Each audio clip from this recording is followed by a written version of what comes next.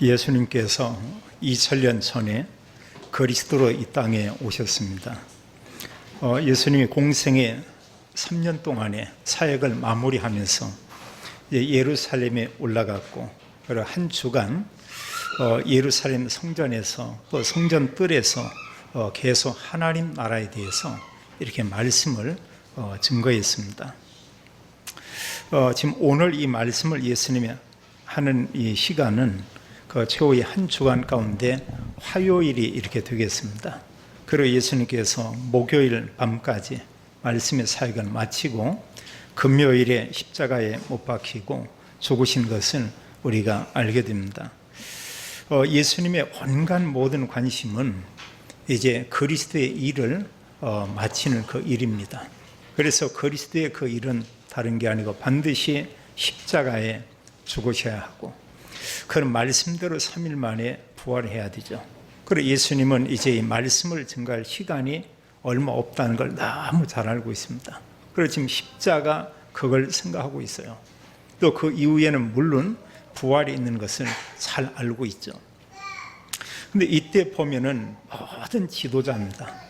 특히 이 정치 지도자이지만 특별히 하나님을 믿는다는 종교 지도자, 이들은 모여서 계속 의논합니다. 의논하고 이들의 그 관심은 오직 한 가지였어요. 모든 사람들이 힘이 모아졌습니다. 종교 지도자, 또 정치 지도자, 심지어는 헤롯 왕, 이런 모든 사람들의 이제 하나로 이렇게 모아지는 게 있습니다. 그것은 저 예수를 어떻게 죽이냐, 이것만을 생각하고 있어요. 그러니 6월절이 가까워져서 전 세계에서 많은 유대인들이 지금 예루살렘에 이렇게 모여들고 있습니다. 여기에서 예수님은 계속 그들의 말씀을 전해요. 근데 사실은 예수님께서 하시는 그 말씀을 듣고 깨달은 사람은 정말 적었습니다. 아주 소수였어요. 수많은 사람들이 모여들었지만 이들은 말씀을 들으면서도 이 말씀을 잘 못 알아들었습니다. 예수님께서 그리스도라는 증거로 하나님 나라, 이런 많은 말씀들을 증거합니다. 또 종교 지도자나 이런 여러 사람들은 그 나름대로 또 얘기하겠죠. 저 예수는 그리스도가 아니다. 저 예수는 죽여야 되는 그런 사람이다. 다수의 많은 사람들이 종교 지도자들의 그 말, 이것을 따르게 됐습니다. 이런 가운데 정말 소수가 말씀 들었죠. 그 많은 사람들이 말씀을 듣지만 이들은 사실은 완전 혼란 가운데 빠졌어요. 실제로 뭐가 복음인지 말씀인지. 자, 그러면 예루살렘 모여든 말할 수 없는 많은 유대인들이나 하나님 믿는다는 이 사람들은 일단 성경을 알고 있습니다. 지금 절기를 지키러 왔어요. 그럼 구약의 말씀을 알고 있는 거고요. 또 이들은 하나같이 그리스도를 간절히 기다리는 이런 사람이었습니다. 근데 그리스도가 오셨잖아요. 와서 자기 자신이 그리스도임을 알리고 마지막까지 그들에게 호소하며 아침부터 밤늦게까지 하나님 말씀을 전하죠. 당시의 사람들이 도무지 이 말씀을 깨닫지 못합니다. 모든 시대에 그렇지만 이것은 오늘날 우리가 사는 이 시대도 비슷한 것 같아요. 오늘날 이 시대에도 예수님은 그리스도로 왔고 또 성경을 통해서 하나님 말씀을 우리에게 알려주고 또 말씀을 증거하기 원하고 있습니다. 그러나 이 시대에 많은 사람들이 예수님에 대해서 아무 관심이 없어요. 그리스도에 대해서 아무 관심이 없습니다.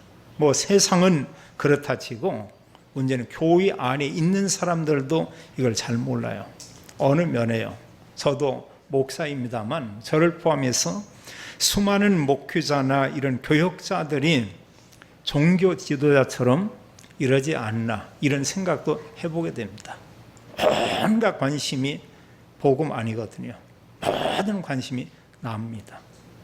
모든 관심이 물질입니다.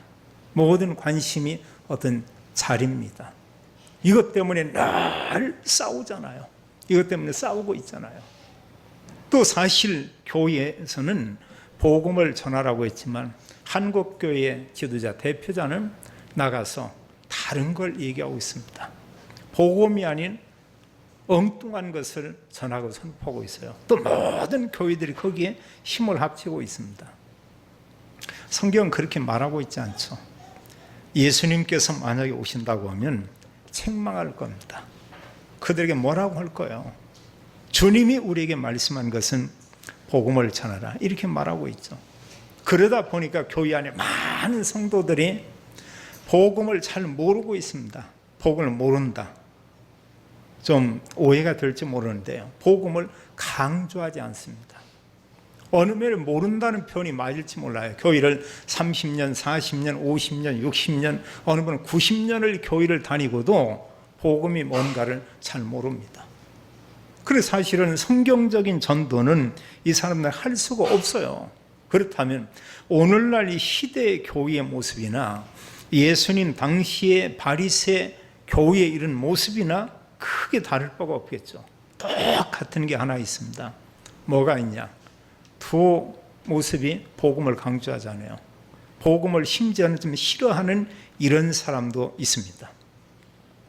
예수님께서 와서 참된 복음과 자신이 그리스도라는 것을 증거하는데 싫어했어요. 그 당시의 교회가.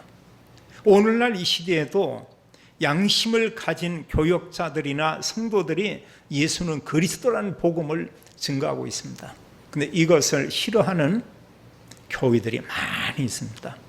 영적으로 같아요. 보면 영적 상태가 전혀 다르지 않습니다.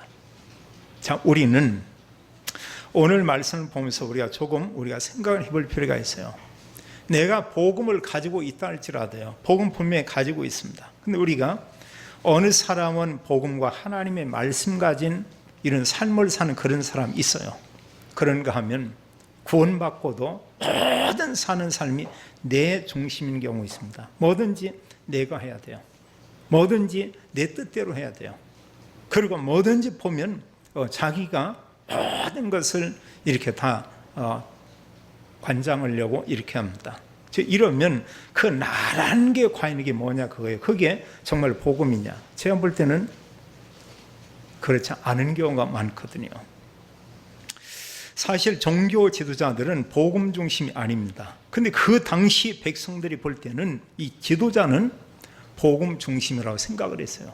가장 하나님 말씀대로 살고 있는 그런 사람이라고 이렇게 알고 있었습니다. 그래서 사람들이 보는 거하고요, 예수님이 보는 거하고는 전혀 달랐습니다. 우리가 다음 주에 보겠습니다만 마태복음 23장에 보면은 이 바리새인들, 서기관들은 얼마나 예수님께 책망하는지 몰라요. 그런 표현입니다. 이 외식하는 서기관과 바리새인들이요, 이러거든요. 말은 하는데 본인들은 그렇게 살지 않는다고 이렇게 말하고 있습니다. 꼭 조아무개처럼요. 뭔가 말은 바른 말은 다 하고 여러 사람에 대해서 얘기하고 판단하고 또 정지하고 이런데 그걸 가지고 본인들이 정말 사냐? 그게 아니에요. 겉과 속의 모습이 전혀 다른 이런 지도자들에 대해서 예수님이 책망하는 그런 내용들이 있죠. 우리가 하나님 이런 말씀이냐 아니면 내 생각, 내 중심이냐, 이건 우리가 늘 생각을 해봐야 돼요. 그래서 우리는 중요한 것을 우리가 결정하고 어떤 일을 할 때는 내 생각이 아니고 하나님 앞에서 과연 이게 복음이 얼마나 유익하고 하나님께 얼마나 영광이 되겠는가. 우리가 이 땅에 살고 있지만 우리는 영원이라고는 이게 우리에게 보장되어 있습니다. 얼마나 중요해요. 어제도 우리 지역에 어느 목사님 사모님이 돌아가셔서 그 장례 예배를 어젯밤에 이렇게 드리고 왔습니다. 여러 생각이 이렇게 들더라고요. 그 사모님이 보니까 저거 같아요, 나이가. 그러나 우리가 이제 그 많은 생각을 하는데 그냥 우리가 보면 이제 돌아가시는 거죠. 이 땅에서는 볼 수가 없습니다. 근데 우리가 조금만 복음 가지고 보면 다르죠. 어느 때는 이런 생각이 들어요. 사람이 목숨이 두 개만 있으면 참 좋을 것 같죠. 하나가 이렇게 죽었다. 하나 그거 쓰면 돼요. 자동차도 뭐 스피어 타이어가 있는데 우리 목숨도 하나님이 하나를 더 만들고 있습니다. 하나님 하나 만들었다고요. 이 땅에 사는 목숨은. 그러나 정말로 하나냐? 아니거든요. 성경은 그리스도 믿는 자에게 영원한 생명을 줬습니다. 영원한 거예요. 10개도 아니고 10,000개도 아니고 영원한 겁니다. 이런 생명을 우리에게 줬고요. 또 중요한 것은 몸이, 이 약한 몸이 이제 죽지만 하나님께 부활의 몸을 우리에게 약속을 했습니다. 뭐 이런 정도가 아니고요. 하나님 나라에서 구원받은 성도가 다시 만나게 된다. 그럼 되는 거 아니에요. 제가 아들들이 그런 얘기했습니다. 어머님은 이사 간 거다. 그러나 우리는 다시 만날 수가 있다. 천국에서 만나고 우리의 생명은 하나 같지만 영원한 것이다. 그리고 더 중요한 거, 어머니나 우리의 모든 몸 다 부활하게 돼 있다. 그럼 만나서 영원히 산다. 이들이 이제 그 두 아들들이 전도사더라고요. 알아듣죠. 그게 뭔지. 그럼 우리가 복음으로 보는 거하고요, 사람의 생각을 가지고 보는 거하고 전혀 다르죠. 정말 다릅니다. 이 땅에 살아봤자 100년이에요. 천국은 천년, 만년, 억년이 아니고 영원입니다. 하나님께서 그리스도를 통해서 우리에게 이루 말할 수 없는 엄청난 축복을 우리에게 주었죠. 그래서 우리는 늘 하나님 앞에서, 그러니까 우리는 복음을 가지고 우리가 좀 생각을 해보는, 이게 참 중요한 것 같아요. 그러면서 우리는 나는 지금 어떠한 삶을 살고 있는가, 말씀을 조금이나 붙잡고 이렇게 살고 있는가, 아니면 너무 강한 내 중심을 가지고 내 생각을 가지고 나만을 위해서 이렇게 살고 있는 그런 사람인가. 우리는 복음을 가졌지만 우리 개인의 이런 삶을 우리가 좀 점검을 해볼 필요가 있습니다.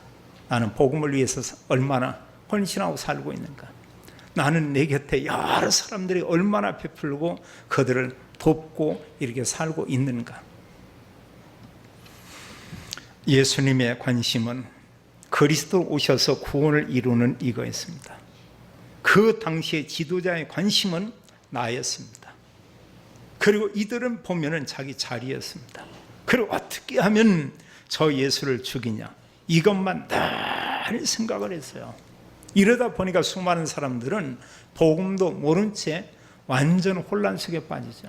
결국은 종교 지도자들의 선동과 그들과 함께 힘을 합쳐서 예수님을 십자가에 죽이는 이 앞에 서서 그런 일을 하게 됐죠.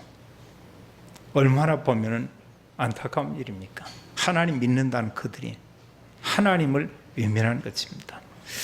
오늘 성경에 보면은 종교 지도자들의 이런 그 질문을 우리가 보게 돼요. 오늘 말씀은 우리가 세 번째 부분의 말씀을 우리가 지금 보고 있습니다만, 그 앞에도 보면은 종교 지도자의 이런 질문을 합니다. 그 당시에 가장 하나님 말씀대로 살고, 그런가 하면 하나님을 가장 사랑하고 이렇게 자부하고 있는 바리새인들. 우리가 바리새인, 이것은 뭐냐? 구별된 사람이겁니다. 세상과 구별되고, 그런가 하면 죄와 구별되고, 또 일반 대중 사람들과 구별된 아주 특별한 거룩한 무리, 이게 바리새인들이거든요. 그들이 하는 질문이 있고요. 또 그 당시에 종교 지도자 중에 이제 제사장 지파가 있습니다. 이게 사두개 지파예요. 이 사두개인들 중에서 거의 보면 대제사장, 이게 계속 대를 이어서 이렇게 내려오고 있어요. 원래 사실은 제사장은 하나님 언약을 붙잡고 하나님을 세우는데, 예수님 당시에는 많이 이렇게 빗나가고 있죠. 이런 가운데 또한 불교 바리새인 중에서 성경에 아주 능통한 율법사가 와서 예수님께 질문하는데, 예수님을 시험하면서 질문하는 이런 내용을 보게 됩니다. 우리가 한번 성경 이 부분을 한번 읽는 게 오히려 좋을 것 같아요. 마태복음 22장 15절로 22절까지 우리가 같이 한번 함께 읽겠습니다. 15절로 22절입니다. 이에 바리새인들이 가서 어떻게 하면 예수의 말에 올무에 걸리게 할까 상의하고 자기 제자들을 헤롯 당원들과 함께 예수께 보내어 말하되, 선생님이여 우리가 아노니 당신은 참되시고 진리로 하나님의 도를 가르치시며 아무도 꺼리끼는 일이 없으시니 이는 사람을 외모로 보지 아니하심이니이다. 그러면 당신의 생각에는 어떠한지 우리에게 이르소서. 가이사에게 세금을 바치는 것이 옳으니까 옳지 아니하니까 하니 예수께서 그들의 악함을 아시고 이르시되 외식하는 자들아 어찌하여 나를 시험하느냐 세금 낼 돈을 내게 보이라 하시니 데나리온 하나를 가져왔거늘 예수께서 말씀하시되 이 형상과 이 글이 누구의 것이냐 이르되 가이사의 것이니이다. 이에 이르시되 그런즉 가이사의 것은 가이사에게 하나님의 것은 하나님께 바치라 하시니 그들이 이 말씀을 듣고 놀랍게 여겨 예수를 떠나가니라. 여기 15절에 보면 그런 얘기였어요. 바리새인들이 예수님께 와서 지금 이런 질문을 하는데 어떤 마음을 가지고 왔냐. 예수가 대답하는 말에 예수님이 올무에 걸리게 하기 위해서 의논하고 와서 이런 질문을 한 겁니다. 근데 온 게 그냥 오지 않고요. 바리새인들이 헤롯 당원의 그 제자들, 바리새인의 제자와 헤롯 당원 이들이 함께 와서 예수님께 말한 거죠. 우리가 알지만 바리새인들과 헤롯 당원들은 평소에 이게 원수입니다. 이게 하나가 될 수가 없어요. 늘 적대감을 가지고 있어요. 근데 너무 이상하리만큼 예수님을 핍박하고 예수님 십자가에 못 박는 데는 하나가 됐어요. 성경은 이들이 친구와 같다, 친구가 되더라 이렇게 표현하고 있습니다. 참 이상한 거 있죠. 사실요, 우리가 보면 한국에 많은 교단들이 있습니다.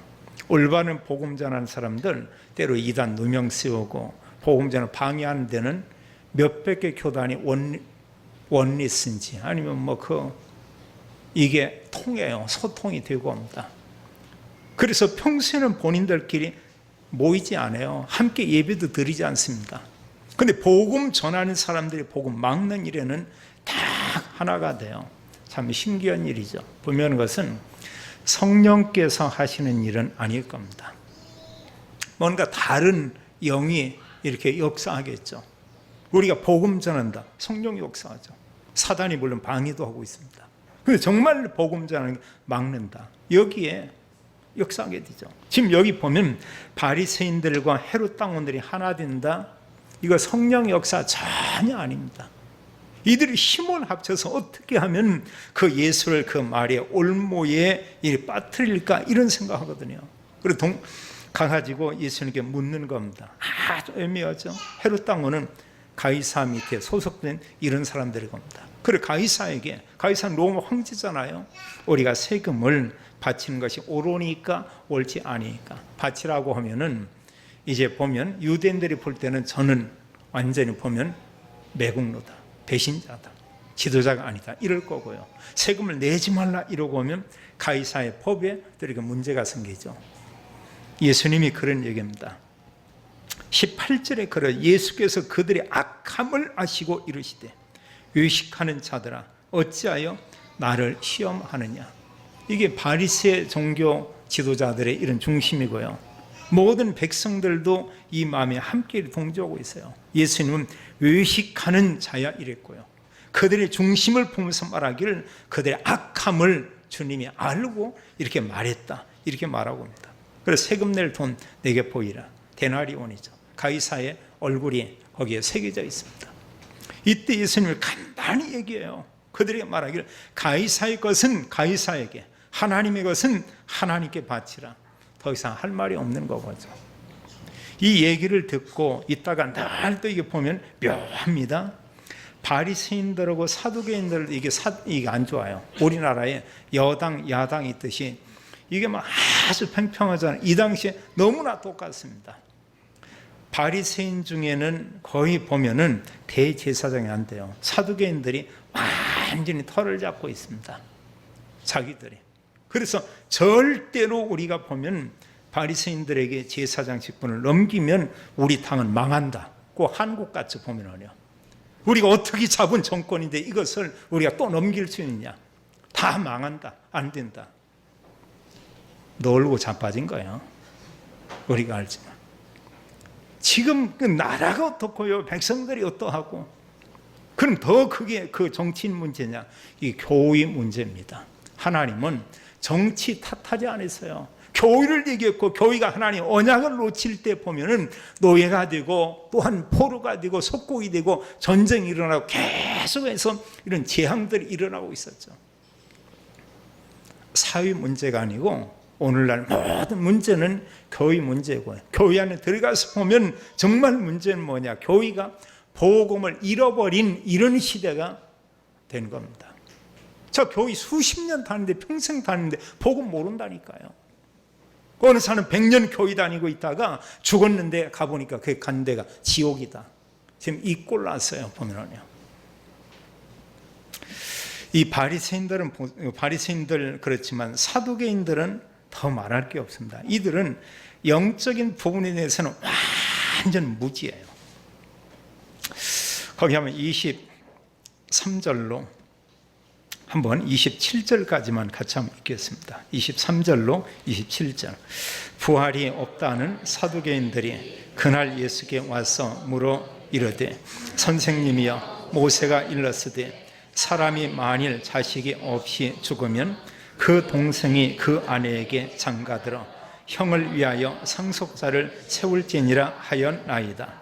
우리 중에 7형제가 있었는데 마지가 장가들었다가 죽어 상속자가 없으므로 그 아내를 그 동생에게 물려주고 그 둘째와 셋째와 일곱째까지 그렇게 하다가 최후의 그 여자도 죽었나이다. 이러면서 이제 질문한 내용이에요. 질문한 내용이 28절에 말씀하기를, 그런즉 그들이 다 그를 취하였으니 부활 때에 7 중에 누구의 아내가 되리이까, 이렇게 말하고 있죠. 여기에 대한 예수님의 대답입니다. 29절로 말씀하기를, 너희가 성경도 하나님의 능력도 알지 못하는 거로 오해하였도다. 부활 때는 장가도 아니가고 시집도 아니가고 하늘에 있는 천사와 같으니라. 죽은 자의 부활을 논할진대 하나님 너희에게 말씀하신 바 나는 아브라함의 하나님이요 이삭의 하나님이요 야곱의 하나님이로다 하신 것을 읽어보지 못하였느냐. 하나님은 죽은 자의 하나님이 아니요 살아있는 자의 하나님이시니라 하시니 우리가 듣고 그의 가르치심에 놀라더라, 이러고 있습니다. 자, 여기 보면 바리새인들 가운데 하나는 종교 지도자고 제사장 지파라고 볼 수 있는 이들인데 부활이 없다는 이 사두개인들. 다른 성경에 보면 이들은 부활, 영, 천사, 내세 이런 걸 전혀 믿지 않는 겁니다. 그럼 완전 불신자죠. 종교 지도자인 제사장이 나오는 그런 지파인 사두개인 이 사람들이 뭘 믿죠? 영적인 거에 대해 완전 무지하는 거예요. 그리고 부활이 없다, 이렇게 얘기하고 있습니다. 교회에서요, 복음을 말하지 않으면 똑같습니다. 복음에는 그리스도의 죽음이 있고요, 그리스도의 부활이 있고 그리스도의 삼직에 대한 내용이 들어있습니다. 그걸 말하지 않는다. 그거나 이거나 사실은 비슷하잖아요. 우리가 자녀로 본다면 쌍둥이, 그것도 일란성 이런 쌍둥이 같다고 볼 수 있습니다. 영적인 것은 전혀 말하지 않고 몰라요. 그리고 온갖 보면은 우리가 알지만 영적으로 무지하면 반면에 다른 게 열리는 게 있습니다. 육적인 부분에 대해서는 이렇게 밝아요. 그 부분에 대해서 얼마나 이런 부분에 예민하고 민감한지 모릅니다. 뭔가 돈이 될 만한 거 있으면 다 빼먹어야 돼요. 직장에서도 빼먹고 학교에서도 빼먹고 어디 가서도 빼먹고 좋은 자리 있으면 내 자식 보내야 되고 내 자식 집어넣고 스펙에 그 모든 내용을 집어넣고. 그래서 우리가 하는 얘기가 금수저, 흙수저 이런 말이 나오고 있잖아요. 법은 정말로 평등해야 된다고 하는데 정말로 그렇습니까? 아니잖아요. 이들은 말할 수 없는 엄청난 부를 누리고 기득권에 있는 이런 사람들일 겁니다. 근데 이들이 뭐냐? 부활 자체를 전혀 믿지 않아요. 이런 질문하는데, 자, 이들이 보면은 이런 영적인 것은 몰라도 성경에 대해서는 너무 잘 알고 있습니다. 어쩌면 그렇게 이런 내용도 하는지요. 신명기 25장 5절 6절에 이런 결혼법이 있어요. 맨 형이 결혼했는데 자녀가 없이 죽었다. 그럼 그 동생이 들어가서 그 형에게 형수와 결혼에 살해야 됩니다. 그리고 대를 이어줘야 돼요. 그 형의 이런 족보 대를 이어줘야 됩니다. 그런 결혼법을 그 당시에 계대결혼법 이렇게 말하기도 하고요. 또 그런가 수혼 이런 점이 형수하고 이제 결혼해서 그 대를 이어주는 결혼법. 거기 하면 신명기에 있는 내용 잠깐 읽어드리겠습니다. 신명기 25장 거기 5절과 6절에 보면은 그렇게 되어 있어요. 형제들이 함께 사는데 그중 하나가 죽고 아들이 없거든 그 죽은 자의 아내는 나가서 타인에게 시집가지 말 것이요 그의 남편의 형제가 그에게로 들어가서 그를 맞이하여 아내로 삼아 그의 남편의 형제된 의무를 그에게 다 행할 것이요 그 여인이 낳은 첫 아들이 그 죽은 형제의 이름을 잊게 하여 그 이름이 이스라엘 중에서 끊어지지 않게 할 것이니라 이러고 있습니다. 이 결혼법이 계대 결혼법이었어요. 참 바리새인들이 영적으로 무지하고요. 특히 사두개인들 영적으로 전혀 이런 일 잘 모릅니다. 근데 성경에 대해서는 이들이 아주 밝고요. 어쩜 그렇게 신명기에 있는 이런 내용을 들어서 예수님에게 질문하고 오죠. 간단히 대답합니다. 부활한 후에는 시집 장가하고 이게 없다. 그 보면은 우리가 천국 가서 가족 만나고 가족 만나서 우리 식구끼리 살 거다. 우리 생각이지. 이 말씀대로 보면 또 다를 것 같아요. 천국에 가서는. 이 말을 듣고 이제 바리새인들 중에 어느 면에 바리새인들이 속으로 좀 고소하겠죠. 사두개인들이 가서 얘기 듣고 그 말에 놀라고 물러갔습니다.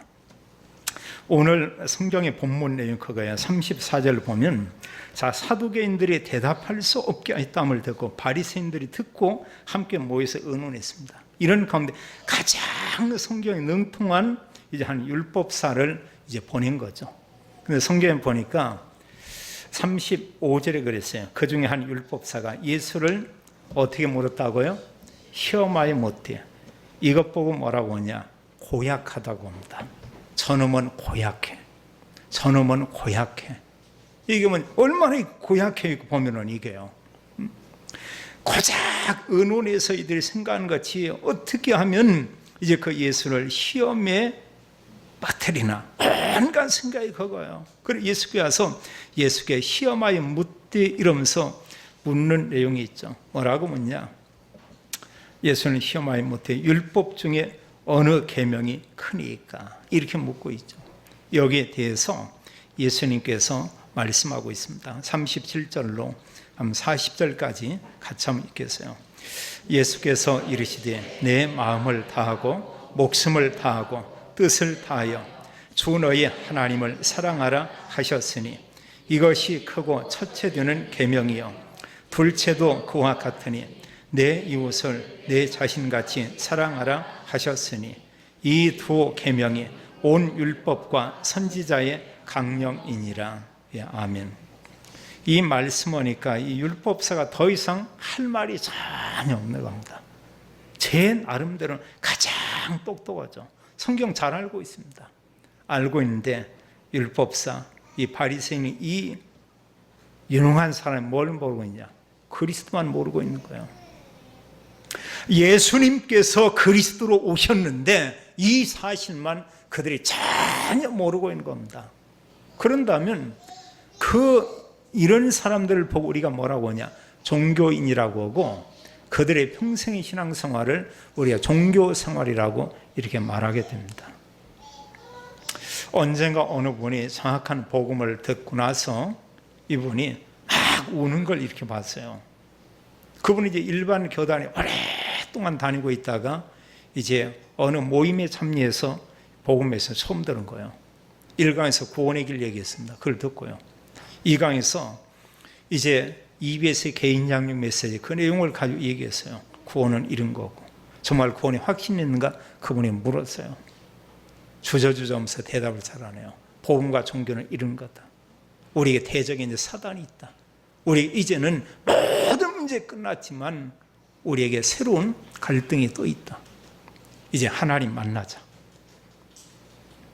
그 만나는 방법 이런 걸 좀 이렇게 얘기를 했습니다. 기도는 영적인 과학이다. 이런데 이분이 그냥 막 우는 거예요. 그러면서 그분이 한 얘기가 있었습니다. 뭐라고 했냐면 자기는 수십 년 동안 종교 생활을 했다고 하는 거예요. 정말 복음도 모른 채 이렇게 지냈다고 하는 거예요. 이분이 이제 해외에서 만났는데 그럼 뭔가 왔더니 이분이 어느 번호 이렇게 다시 만났어요. 근데 아이가 6살이고 옵니다. 얘를 맡기려고 데려온 거예요. 이제 보면은 얘를 데리고 함께 합쳐 사는데 이게 좀 어떤 문제가 있어가지고 얘를 맡기겠다고 필리핀에 데려왔어요. 걔를 붙잡고 울고요. 그건 모르겠어요. 그건 뭐 맡겼는지 데리고 갔는지 그건 모르겠는데 얘를 맡기기 위해서 필리핀에 이렇게 그 집사님이 이렇게 왔던 거고 거기서 복음 들은 거예요. 얼마 동안 이렇게 울고 그 후에도 나중에 연락이 오는데 부산에 어느 교회에 이렇게 다니고 있다고. 근데 그 후에는 지금 이제 소식은 끊기긴 했어요. 그분이 얘기하는 게 뭐냐, 울면서 자기는 복음을 듣지 못했다. 자기는 교회 열심히 내고 헌신을 많이 했는데 모든 헌신이 다 종교 생활이었다. 이런 고백을 했습니다. 그래서 돌아가면 자기는 복음 가진 교회 가겠다. 나중에 보니까 갔더라고요. 산업선교에 참여했을 때 이분이 와서 아는 척으로 잘 모르겠더라고요. 여자는 보면은요, 옷을 바꿔 입고 머리 좀 이상하게 하고 화장하면 이게 전혀 모르겠더라고요. 제가 그때 여러 시간 이렇게 말씀 등을 보고 또 얘기도 나눴거든요. 근데 얼굴 보니까 전혀 모르겠어요. 옛날에 왔을 때는 꼭 뭐 시골 아주머니 같더니 이렇게 딱 했는데 꼭 연예인 같아. 이렇게 꾸미고 딱 선글라스 쓰고 뭐 백바지 입고 이렇게 딱 나타나니까. 그래 누구냐니까 이름 들으니까 그때는 알겠더라고요. 주님께서 말씀하는데 그 율법사의 질문에 말하는 하나님을 사랑하라. 근데 어떻게? 마음을 다하고 목숨을 다하고 뜻을 다하고. 우리가 하나님을 이렇게 사랑한다. 이게 헛되겠습니까? 그렇지 않습니다. 이것은 영혼과 연결되어 있어요.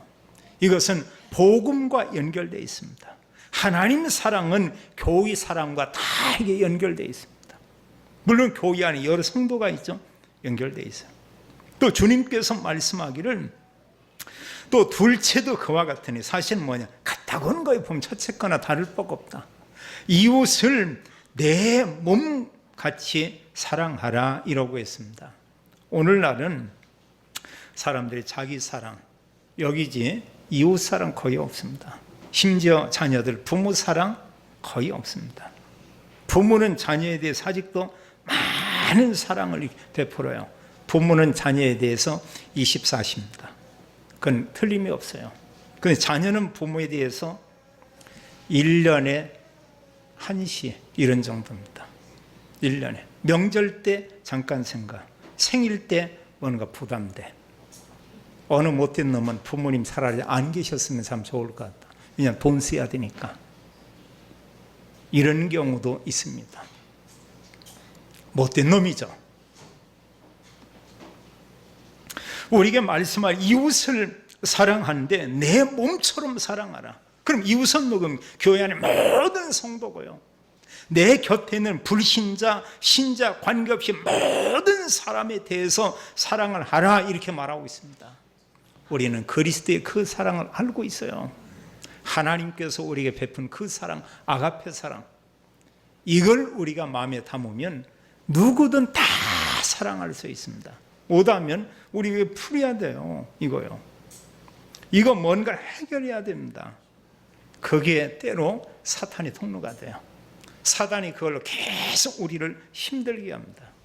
내가 정말 미워하는 사람이 없다. 굉장한 축복이죠. 저는 제 성품이 그런지 몰라도 개인적으로 지금까지 살면서 누가 막 참 이렇게 밉다 이런 적이 솔직히 정말 없었어요. 직장 생활할 때 미운 사람 없었습니다. 물론 나한테 좀 힘들게 했던 사람 기억은 나요. 그리고 목회하면서 30년 동안 미워했던 사람 없습니다. 우리 교회 떠났지만 만나면 저는 그냥 반가워요. 이게 성품인가 봐요. 제가 보면. 저희 어머니가 10몇 살에 시집 와서 92살까지 우리 동네에서 한 80년 동안 이렇게 이제 저희 시골 동네에 살고 있는데 저희 어머니가 그런 얘기예요. 동네 사람들하고 싸워본 적이 없다고 그래요. 거의. 그것 하나의 성품이죠, 보면은. 그럼 누가 뭔 얘기하면 그냥 듣고 속으로 좀 이렇게 뭐 누가 이런 얘기 하더라 뭐 이런 정도. 그거지. 누가 뭐 싸우고 막 말다툼하고. 제가 시골 검사서는 욕을 배우지 않았습니다. 저희 집에서는 욕하는 사람이 없었어요. 전혀 없었습니다. 저희 형제들 중에도 보면은 욕을 하고 말을 거칠게 하고 그런 사람 없어요. 제가 요한이 정한이 얘네들 보면 크면서 욕하는 거 단 한 번을 제가 못 봤어요. 이들이 결혼해서 나가기까지 누구 욕을 한다, 뭐 한다, 다른 사람 대해서 비난하고 못 얘기한다, 일절 그런 얘기하는 걸 제가 보지 못했습니다. 그건 어떤 하나님의 은혜도 있지만 어떤 성품도 그게 있는 것 같아요.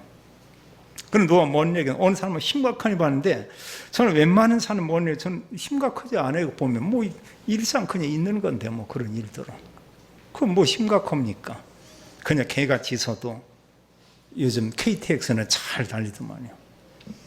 우리가 언약 가지고 그냥 가는 겁니다. 그래서 정말 우리가 이런 하나님 사랑, 이런 이웃 사랑, 이런 언약인데요. 하나님께서 말씀한 이 두 가지가 뭐냐? 이게 바로 십계명이에요. 그래서 출애굽기 20장 1절 17절의 십계명은 하나님 사랑, 이웃 사랑을 얘기하고 있죠. 그럼 예수님이 그에게 말하기를 이 두 계명이 하나님 사랑과 이웃 사랑이 온 율법과 선지자의 강령이다.